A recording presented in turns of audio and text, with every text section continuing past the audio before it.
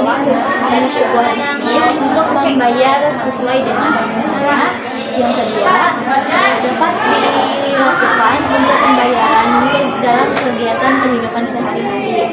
Adapun yang termasuk kategori kas yang pertama ada uang tunai seperti logam dan emas.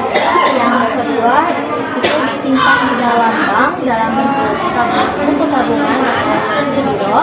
Dan yang ketiga itu ada travel check, money check, check dan bank.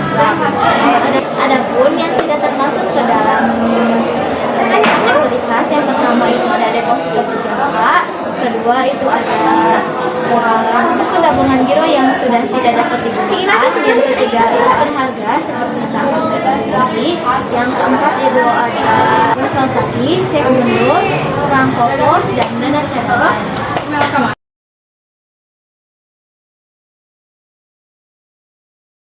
Rekonsiliasi bank adalah proses membandingkan catatan perusahaan dengan laporan bank. Tujuannya adalah untuk memastikan semua transaksi perusahaan sudah tercatat dengan benar.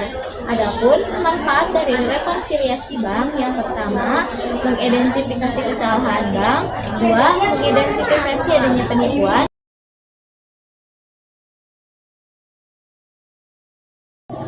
Kasus-kasus yang mempengaruhi saldo di bank bagi perusahaan yang dapat menambah saldo di perusahaan yang pertama, terjadinya penerimaan yang belum dicatat yang sudah dicatat oleh bank tapi belum dicatat oleh perusahaan. Contohnya seperti transfer bank, jasa giro, terus juga inkaso bank. Yang kedua, terjadinya kesalahan pencatatan pengeluaran yang terlalu tinggi. Dan yang ketiga, terjadinya kesalahan pencatatan pengeluaran yang terlalu rendah.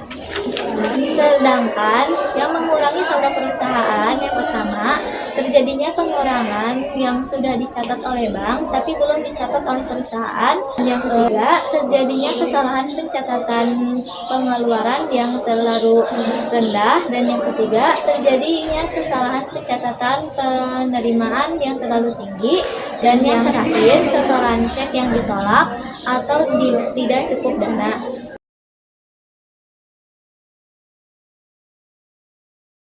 Sedangkan menurut rekening koran, yang dapat menambah saldo ke dalam rekening koran yang pertama, setoran atau penerimaan yang sudah dicatat oleh bank tapi belum dicatat oleh perusahaan.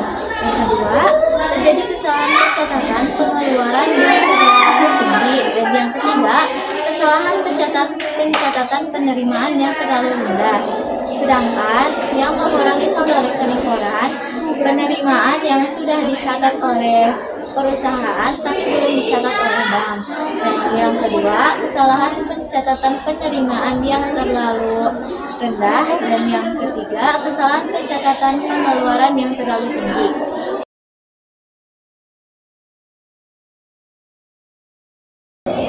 Terdapat dua metode dalam pencatatan dana kas kecil. Yang pertama itu ada metode invoice dan metode fluctuation. Yang pertama, dalam metode fluctuation, metode pembentukan dana kas kecil yang dilakukan seperti dalam metode dana tetap. Namun, pengisian kembali tidak harus sama dengan jumlah yang dikeluarkan. Oleh karena itu, dalam metode dana tetap tidak perlu dilakukan penyesuaian terhadap dana kas kecil pada akhir periode. Sedangkan metode inverse, metode ini beranggapan bahwa kas kecil akan selalu memiliki jumlah yang sama. Pengeluaran yang terjadi tidak akan dicatat di dalam jurnal sehingga tidak akan mengubah jumlah dana kas kecil.